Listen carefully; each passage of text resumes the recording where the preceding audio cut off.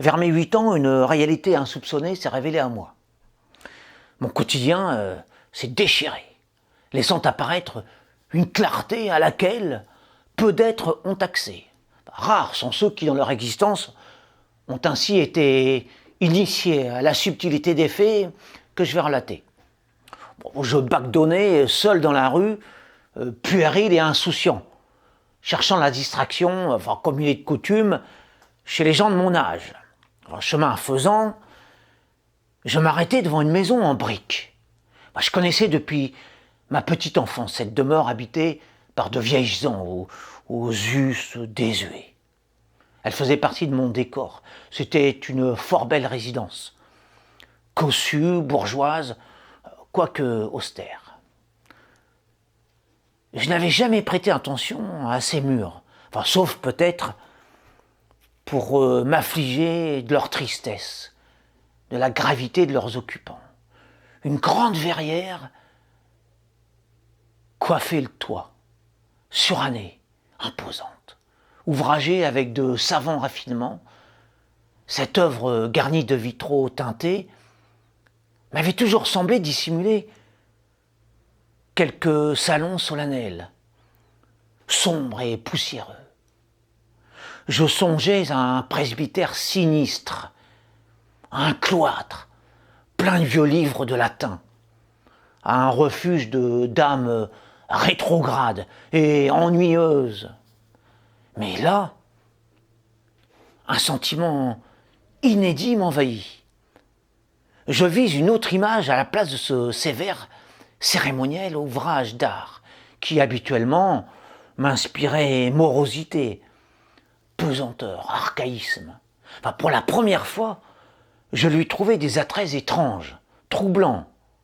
Derrière l'écorce, je voyais l'invisible, une vraie nouveauté pour moi. Une porte s'était ouverte. Je découvrais avec étonnement que les éléments, décors, habitations, objets insignifiants, détails, bornant le réel dans sa forme la plus banale, la plus terne, cachaient en fait des horizons sans fin. La fenêtre multicolore devenait pour moi un pont entre le visible et le voilé. Je ne croyais plus en la simplicité du roc, en la brutalité du tangible, en la grossièreté des apparences. Le monde portait un masque. À travers l'obscur vitrage, je venais de capter un ray de lumière issu de la brume des choses.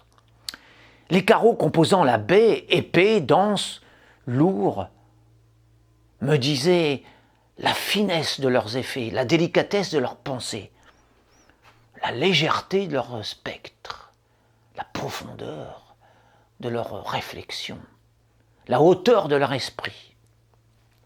Ainsi, l'architecture paraissait vive.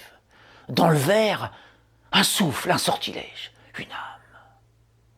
Par ces reflets de vérités immatérielles, la structure me racontait secrètement qui j'étais sur cette terre de mirages palpables et me révélait que je représentais mieux qu'une simple part de matière. Quoiqu'encore enfant, dénué de véritable expérience, je sus désormais que tout visage avait sa face inconnue, éthérée, infinie. Jamais je ne me suis remis de l'enchantement.